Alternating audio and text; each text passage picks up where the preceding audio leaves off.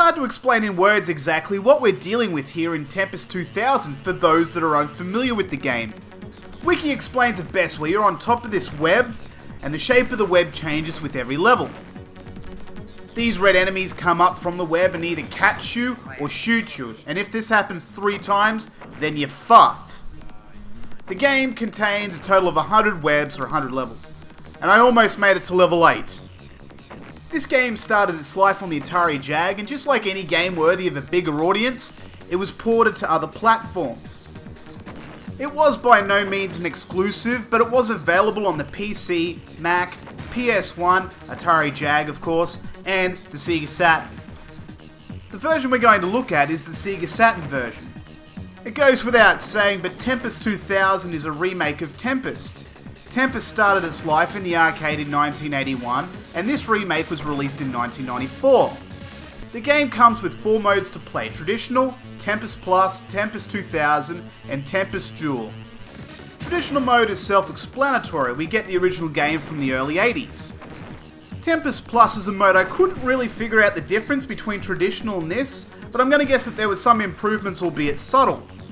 Tempest 2000 is where this shit is at, with some pretty big differences overall, and Tempest Duel being a game where you're at the top of the web and another player's at the bottom, and you shoot at each other on top of enemies that try to attack you. Presentation of the game is very stylized, which I think hurts it quite considerably as it suffers really badly from being a product of its time. It looks like a poor indie title from the 90s. I'm not sure if it looks like this on the Atari Jag, but I would have thought in the 2 years between the Jag release and the Saturn port that they could have tidied it up a little bit. Smooth out a lot of the bumps, but they couldn't be fucked doing anything. And it's really rough because of it. Normally presentation is a section I review, but never have any real focus on because it's either average and practical, or something better than that. But this is the first time where I thought it looked like complete absolute balls. That's the technical term too. In-game presentation is alright, sort of. The text before and after the game looks fucking dreadful, and every other aspect apart from the game itself looks dated, including score and lives. Graphics in this case go hand in hand with the presentation somewhat. Depending on the mode you select will depend on the graphical capabilities. If we're talking about the original, it looks like something fresh out of the 80s, but I would have imagined it looked amazing for the 80s. If we're talking about Tempest 2000, the graphics in-game is pretty good, and definitely looks like something from the 90s. That being said, I found that graphically it wasn't a big step up between Traditional and 2000, that it would warrant a completely new release. Sound is pretty damn catchy to the point where the soundtrack can be purchased separately. Sound effects are alright, but Wikipedia says that the Saturn version uses a limited amount of sound channels causing thin sound, but I didn't notice this at all. Gameplay is interesting because it's a simple mechanic that works in an addictive way. On top of that, the controls don't work 100% the way that I thought they would.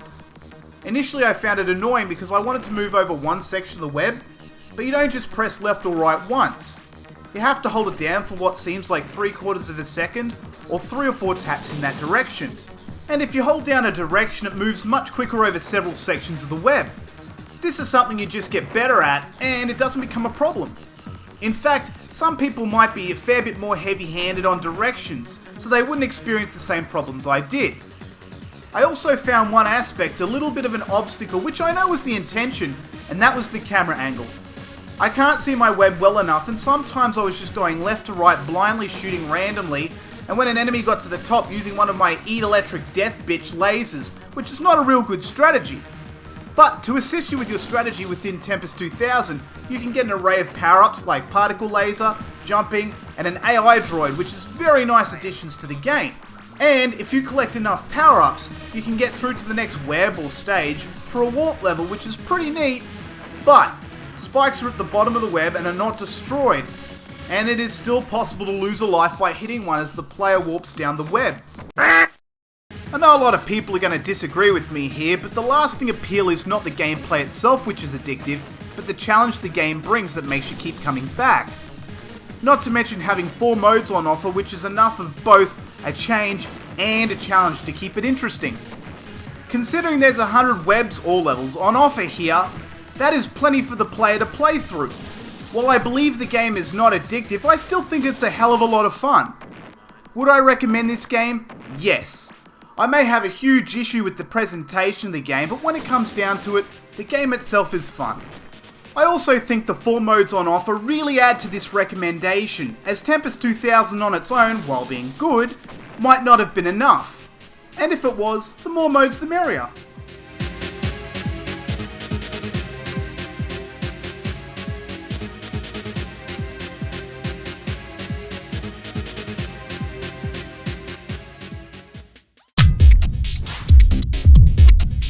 As always, thank you very much for watching. Click on the TV to see the last review, and click on the name underneath the television if you'd like to subscribe.